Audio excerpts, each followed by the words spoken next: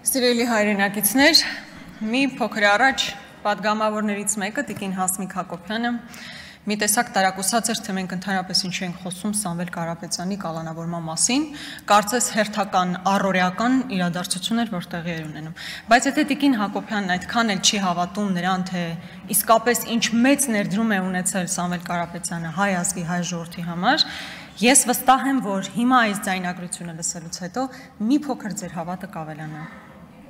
Եթե հայկական կապիտալը հայրենիք չունի,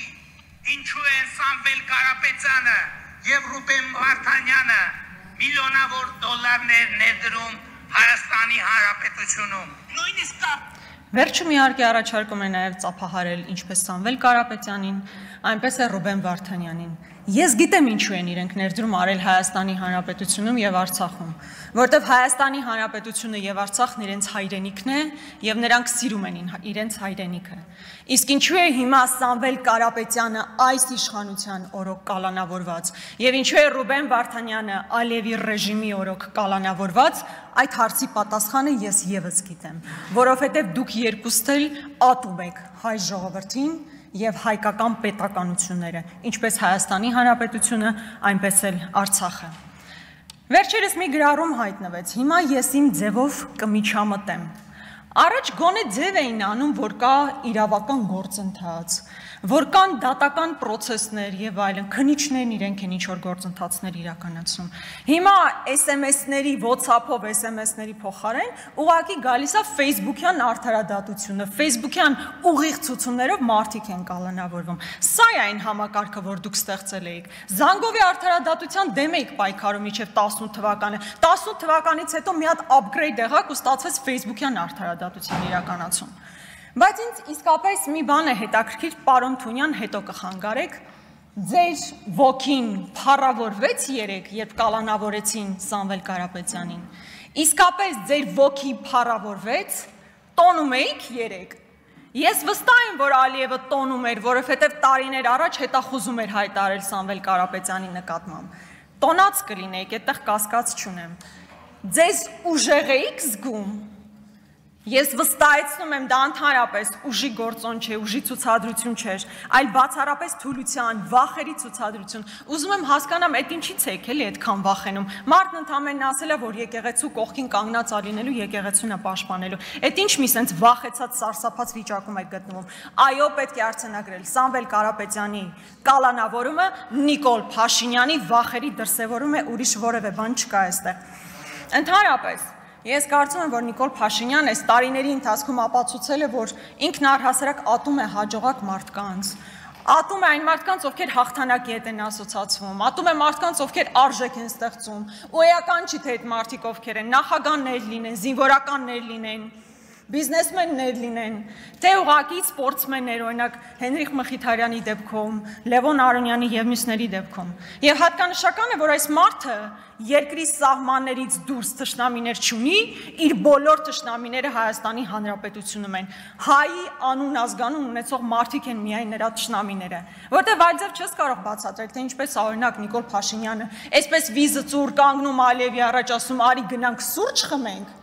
կամ Էրդողանի գիրքը սենց ոգևորված իր կրծքին սեղմում կանգնում, հետո գալիս Հայաստանի Հանրապետությունում թուր ճոճում բոլորի նկատմամբ, հոգևորականների, կաթողիկոսների, նախագահների,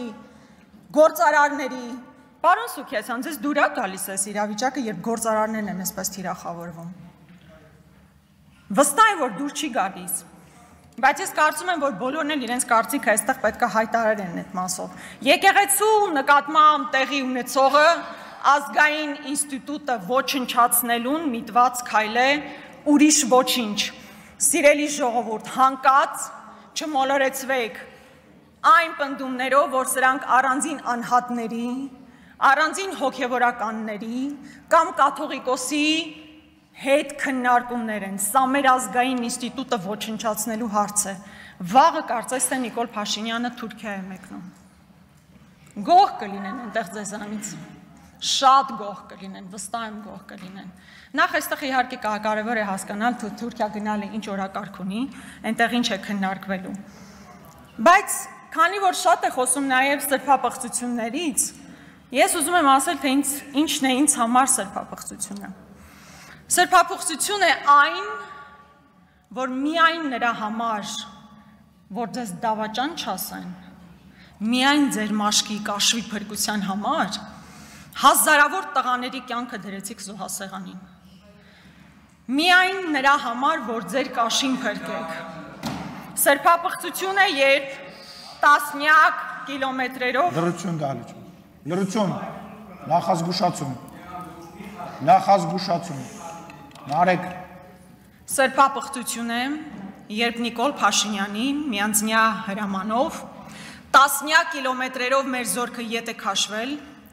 անպաշտպան թողնելով, այո, եւ հարվածի տակ թողնելով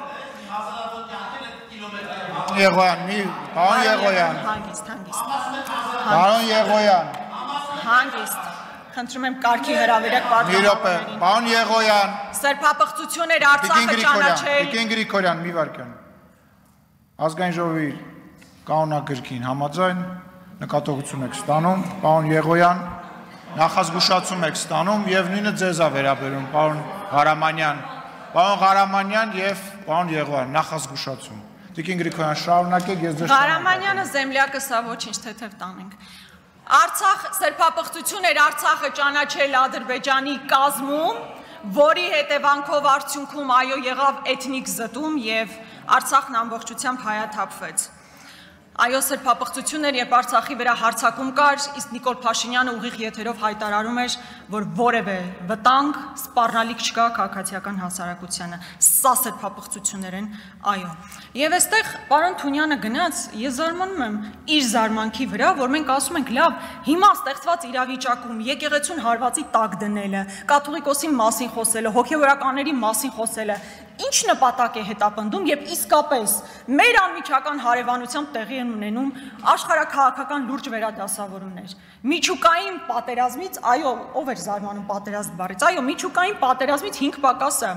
Ամեն մեկս ամեն առավոտ արթնանում ենք, կարդում ենք, մի հատ հասկանանք Տրամփն ինչ դիրքորոշում է հայտնել։ Իսրայելը ինչ է իրականացնել, հասկանալու համար ինչ է տեղի ունենալու մեզ հետ։ Այսօր Իրանի սահմանից բազմաթիվ իրանցիներ են մտնում Հայաստանի Հանրապետություն։ Եվ ամենօրյա ռեժիմով Facebook-ում ստատուս գրելու փոխարեն մի հատ հասկացեք, այդ հետևանքներին մենք ո՞նց ենք առերեսվելու։ Սրանք նորմալ ադեկվատ հարցեր են, որոնց դուք պատասխանները չունեք։ Այո, կարող եք ինչից ասել խոսել, բայց միևնույն է փաստ է, չէ՞, որ օրինակ մեր պետական պարտքը ավելացել է 7 միլիարդով, 13 միլիարդ պետական պարտք ունենք։ Թունյանն ասում է, ինչ եք խոսում պետական պարտքից, օրինակ Գյուրեղյանը պարտքը ավելացրել, տուն ա գնել։ Ճիշտ է ասում, բայց նա պիտի ասի մեր պետական պարտքը, որ ավելացել է։ Մեր կյանքում ի՞նչն է ավելացել։ 7 միլիարդ, այս իմ զեմլյակները այսօր որոշել են հատուկ ինձ արձագանքել, տենց հրաման ունեք։ Լրություն։ 13 միլիարդ պետական պարտքի պայմաններում մենք ինչ ենք ստացել։ Կրկնում եմ, ուզում եմ գնալ տեսնել ստրատեգիական նշանակության, ինչ եք ստեղծել մեզ համար, մեր երեխեքի համար, որովհետև երեխաները, դուք ավարտական ելույթ ունեք, չէ՞։ Լրություն, ես խնդրում եմ Տիկին Գրիգորյանի զեմլակներին լռել։ Եվ հերիք եղավ զեմլակչիստվայով զբաղվեք եւ ռուսերեն բառեր օգտագործեք։ Կարող ենք կազմակերպել, ես էլ պարտավորվում եմ մեքենան ապահովել, եթե ուզում եք գնալ տեսնեք։ Ինձ ցույց տալու կարիք չկա, դուք ժողովրդին պետքա ցույց տաք 7 միլիարդը ինչի վրա է գնացել։ Տեսեք, ամեն անգամ ես սա որպես փաստ արձանագրում եմ, երբ հարցնում եմ պետական պարտքը ինչի վրա է ծախսվել, կոնկրետ Տիրապետում եմ նախազգուշացում Աղվան Վարդանյանին տեղից բղավելու համար։ Քանի որ ինձ անընդհատ ընդհատեցին եւ մեծ հաշվով ժամանակը քիչ է մնացել։ Ես չեմ ընդհատում, շարունակեք Տիկին Գրիգորյան։ Մի նայեք ժամանակին, շարունակեք։ Պետական պարտքի մասին խոսելիս պետք է նաև հետևյալ արձանագրումն անել։ Մինչև 18 թվականը պետական պարտքի միջին տոկոսադրույքը 4.6% էր, այսօր այս պահին 7.2% է, ինչը նշանակում է, որ միայն 24 թվականին վճարվել է ավելի քան 113 միլիարդ դրամ, գրեթե նույնքան ամբողջ առողջապահական համակարգն է։ Այսինքն միայն այն բանի բերումով, որ այս մարդիկ նույնիսկ պարտք ներգրավելիս չեն կարողանում համապատասխան աշխատանքն անել եւ ավելի ցածր տոկոսադրույքով պարտք ներգրավել, մենք այսքան գումար փաստացի վճարում ենք։ Մի քանի անդրադարձ նաեւ հնչեցված, օրինակ Ալեն Սիմոնյանն ասում է, անհետ կորածների ձեր ժամանակը։ Ասում է օրինակ անհետ կորածների մասով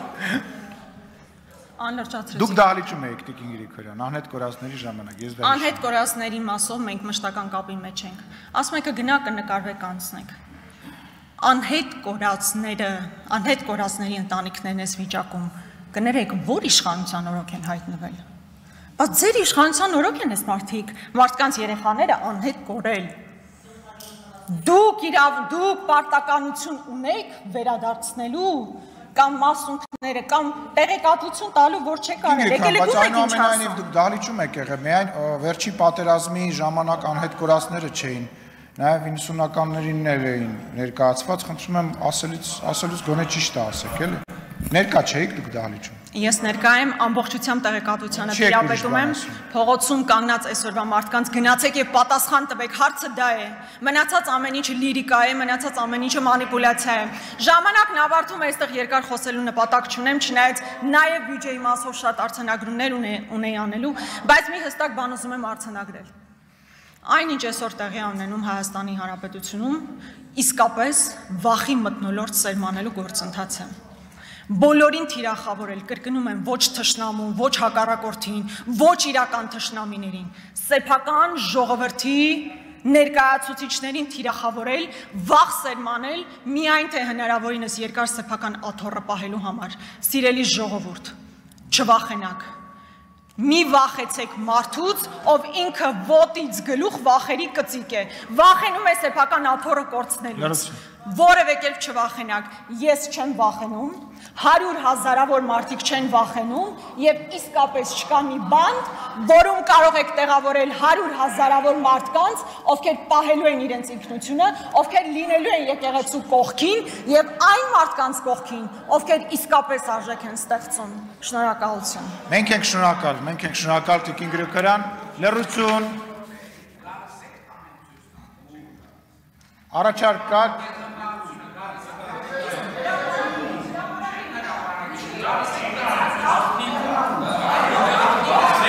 Լավ, դահլիճում լրություն, պարոն վարչապետ, դրա մասին ելույթի ժամանակ։ Տիկին Գրիգորյան, զբաղեցրեք ձեր տեղը։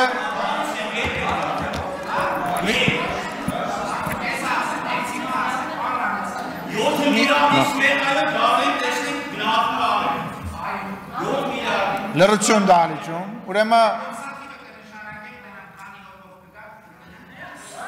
պայմանավորվեցինք, կարծում եմ։ Պայմանավորվեցինք, ուրեմն հարգելի հայրենակիցներ, քիչ առաջ ազգային ժողովի նիստերի դահլիճում պայմանավորվածություն ձեռք բերվեց ընդդիմադիր Հայաստան խմբակցության եւ Հայաստանի Հանրապետության վարչապետ Նիկոլ Փաշինյանի միջև, որ Հայաստան խմբակցության падգամավորները համաձայն են գալ եւ տեսնել այն բոլոր ծախսերը, որոնք որ արվել են ամրացված շրջաններում, ոչ միայն։ Պատմեմ սա, լավ չեմ պատմի սա։ Եվ կարծում եմ օրվա հետ կապված ես ձեզ կտեղեկացնեմ, տեսնենք թե քանի падգամավոր կգա։ Մի հատ ձեր 4+7 կհանեք, տակը ինչ կմնա կքննարկենք։ Վահագ Ալեքսանյան։